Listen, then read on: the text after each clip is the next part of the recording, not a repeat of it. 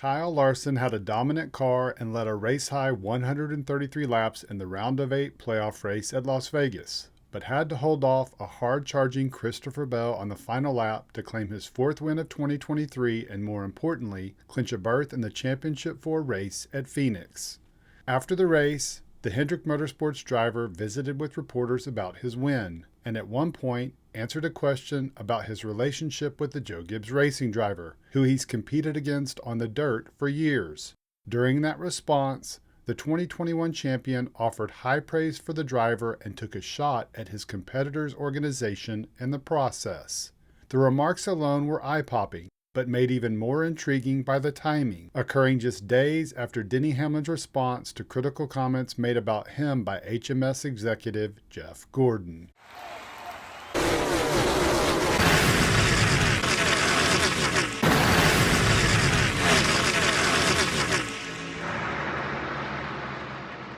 Jeff Gordon has opinions like anyone else. A couple of weeks ago, the NASCAR Hall of Famer appeared on SiriusXM NASCAR radio and was asked his thoughts about Denny Hamlin's controversial behavior as NASCAR's latest villain. The HMS vice chairman didn't hold back. What I do agree with is that Denny is trying to do things to stir up conversation, to get people at least having an opinion, right? Whether it's a positive or a negative one, you have an opinion.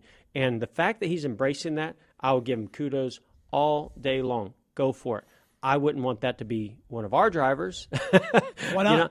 Because it's just, it's too controversial. To me, it's a distraction. I feel like I want our drivers to go and build a fan base by winning races and by being themselves and but not doing things. I think Denny's being himself to a certain degree, but I think he's also kind of, it's like an alter ego as well.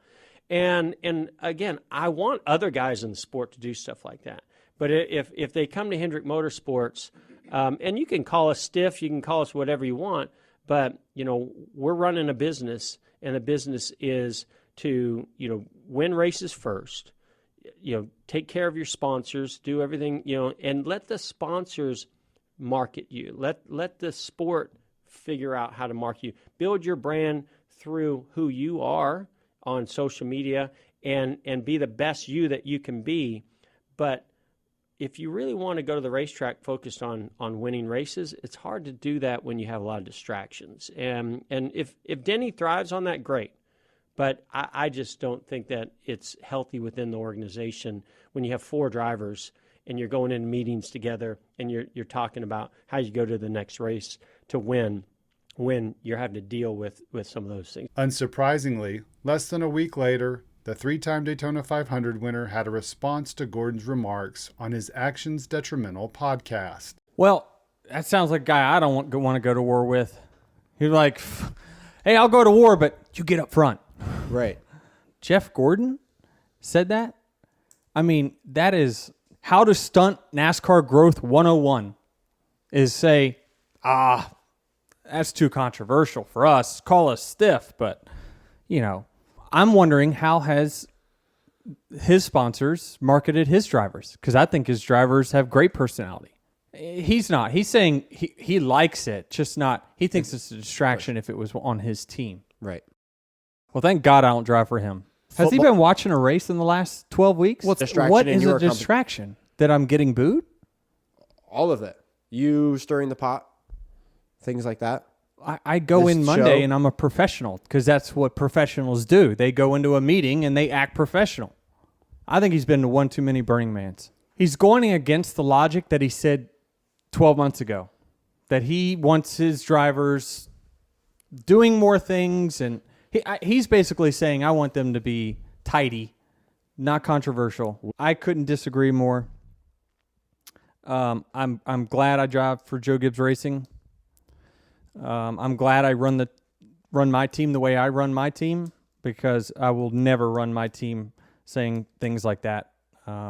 That's his opinion. He's allowed to have that opinion, but certainly think that is the absolute wrong way to go if you want star power in the sport. Kyle Larson is a star. So is Denny Hamlin. They're also good friends. However, there's no denying that friendship has been tested multiple times this year, with the 42-year-old making aggressive moves late in races on several occasions that cost the HMS car at least one win. On Sunday at Vegas, Hamlin's JGR teammate Christopher Bell found himself in a similar position, tailing the rear bumper of the number 5 car heading into the final turns. Unlike Hamlin, Bell kept it clean and didn't take an aggressive approach. He opted not to move Larson. As a result, he finished second. Minutes later, the victorious driver met with the media and talked about his winning car and that last lap battle. During that conversation, one reporter questioned him about giving a thumbs up to the JGR driver and the amount of respect he had for his fellow competitor. The 31-year-old HMS pilot delivered a thoughtful response that also included firing a shot at the rival powerhouse organization. But, he's always been a really fair, clean racer. We've had numbers and numbers of battles in stock cars, but mostly, in dirt track. And I'm typically the one that is the aggressor or the aggressive one in our battles, and probably push the limit of being dirty sometimes. So, for him to continue to race me clean, I definitely have a ton of respect for him. Always have. He's, in my opinion, one of the best race car drivers in the world, and could do everything that I get to do outside of NASCAR if his team would let him. So Larson's "if his team would let him" remark is referring to Bell's headline-making comments back in January while appearing with sprint car driver David Gravel on a podcast. I mean, I love the Chili Bowl. It's, a very special place to me. Definitely the largest event that I grew up going to as a kid. And, it means the world to me that I've been able to win it.